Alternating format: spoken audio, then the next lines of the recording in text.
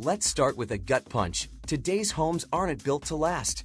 Unlike the century-old craftsman homes that are still standing tall, many new builds are expected to need major renovations within 40 to 60 years. While building science has advanced and energy efficiency has improved, somehow the durability and beauty of homes had taken a nosedive. The older homes might have had lead paint and asbestos insulation. Yikes! But they were built with pride and thick, high-quality timber that could outlive your average reality show marriage. New homes, by contrast, often rely on cheaper materials and rushed construction timelines. So, what happened?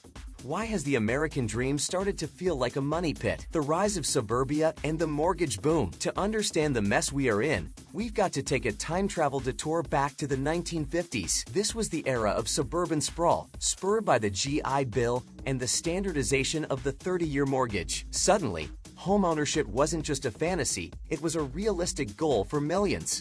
Suburbs became the promised land, more space, more privacy, and more social status. Homeownership in the U.S. jumped from 44% in 1940 to 62% by 1960. The average home in 1950 cost just $7,300 or around $93,600 when adjusted for inflation. Sounds like a steal today, right? But this is also when homes started being built faster and cheaper to meet rising demand, when homes became investment assets.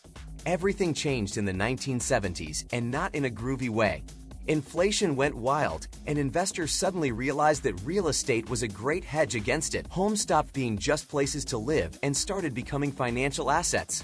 By 1980, the average U.S. home price had jumped to $73,500, about $274,000 in today's dollars.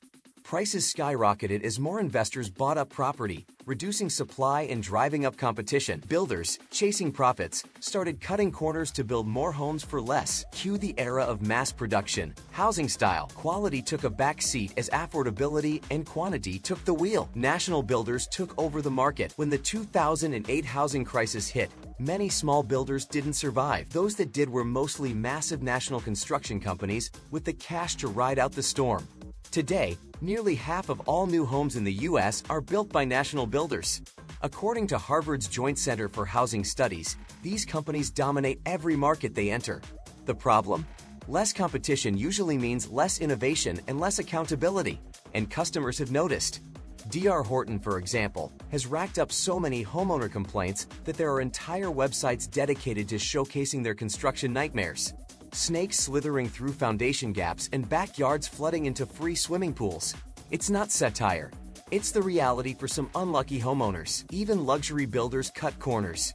You think that shelling out extra for a custom home would mean top-tier quality. Think again. Many luxury builders use the same base materials and construction shortcuts as their cheaper counterparts. They just throw in better marketing and a fancier backsplash. One builder even admitted at a networking event that they only build homes to last 20 years because by then, the owner's gone. This mindset, build cheap, pass the buck, is a massive part of the problem. Custom doesn't always mean better. Sometimes it just means you paid more for your future headache. We've had the technology all along. Here's the frustrating part.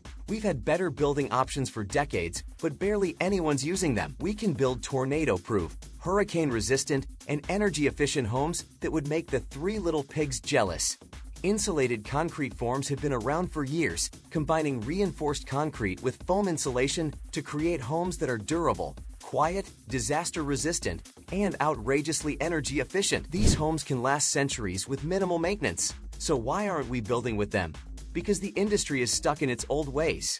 Builders resist innovation not because the tech doesn't exist, but because change requires training, time, and surprise money. As long as consumers keep settling for cookie-cutter construction, the big players won't switch gears. Sadly, most homeowners don't realize what's possible until the foundation cracks or the roof starts acting like a sieve. We're not short on innovation. We're just not using it. The lumber is not what it used to be. Back in the day, homes were framed with old-growth timber, thick, dense, and practically immune to pests and rot. It was the heavyweight champion of lumber, built to last through storms, seasons, and decades of wear. Fast forward to today, and most homes are built with fast-grown plantation trees, which are harvested young and lack the durability of their ancestors. These trees are soft, knotty, and prone to warping, like wood on a sugar crash. As old-growth timber became scarce and expensive, builders shifted to engineered wood products like oriented strand board, laminated strand lumber, and laminated veneer lumber. These materials are cost-effective and help minimize waste, but structurally, they're more glue than grain. They rely on industrial adhesives to hold them together, not natural wood strength. It's like comparing a solid oak table to a particle board shelf. One's heirloom, the other's a weekend project waiting to fail. Good labor is hard to find. One of the biggest reasons homes today feel flimsier than ever, a severe shortage of skilled labor. For every 3 seasoned tradespeople who retire, only one newcomer enters the field, and often without the same depth of training. Construction used to be a badge of honor, a career passed down through generations where craftsmanship and precision were prized. Apprenticeships were long and intense, and builders took pride in leaving their mark, literally on a job well done. Today, that culture has eroded under pressure from razor-thin deadlines and profit-driven schedules. Many companies are forced to hire anyone willing to swing a hammer, regardless of experience. The result? Crooked drywall, misaligned tiles, squeaky floors, and electrical work that looks like spaghetti night gone wrong. And the costs pile up not just in repairs, but in stress. Until we make trades attractive again, we'll keep paying the price in callbacks and corner cutting. How to avoid a home-buying horror story. So how do you avoid turning your dream home into a never-ending repair saga? It starts with steering clear of the big-name national builders who prioritize volume over value. Instead, focus on smaller, local builders who rely on word of mouth and reputation. They are far more likely to care about each project. Next, rethink your materials. Wood frame construction might be the norm, but options like insulated concrete forms offer unmatched durability, insulation, and disaster resistance. These homes can stand strong for generations, not just decades. Don't forget to ask if the home meets or exceeds certification standards like LEED, Energy Star, or Passive House. These seals of approval aren't just eco-bragging rights, they're indicators of real performance. And no matter how confident the builder seems, always bring in an independent third-party inspector. A truly good builder won't flinch at scrutiny because transparency builds trust, not tension. Demand better homes. The ultimate solution? It's not just up to builders, it's up to us. If we want better homes, we need to raise our expectations and vote with our wallets. Too many buyers are distracted by granite countertops and fancy fixtures while ignoring the bones of the house. Don't fall for pretty finishes masking poor construction. Ask tough questions about materials, timelines, insulation, and longevity. Builders won't invest in better practices unless consumers start demanding them. Your home isn't just an address, it's your biggest financial commitment, your family's safe haven, and your daily sanctuary. Treat it that way. The more educated and vocal we become as buyers, the more we force the industry to evolve.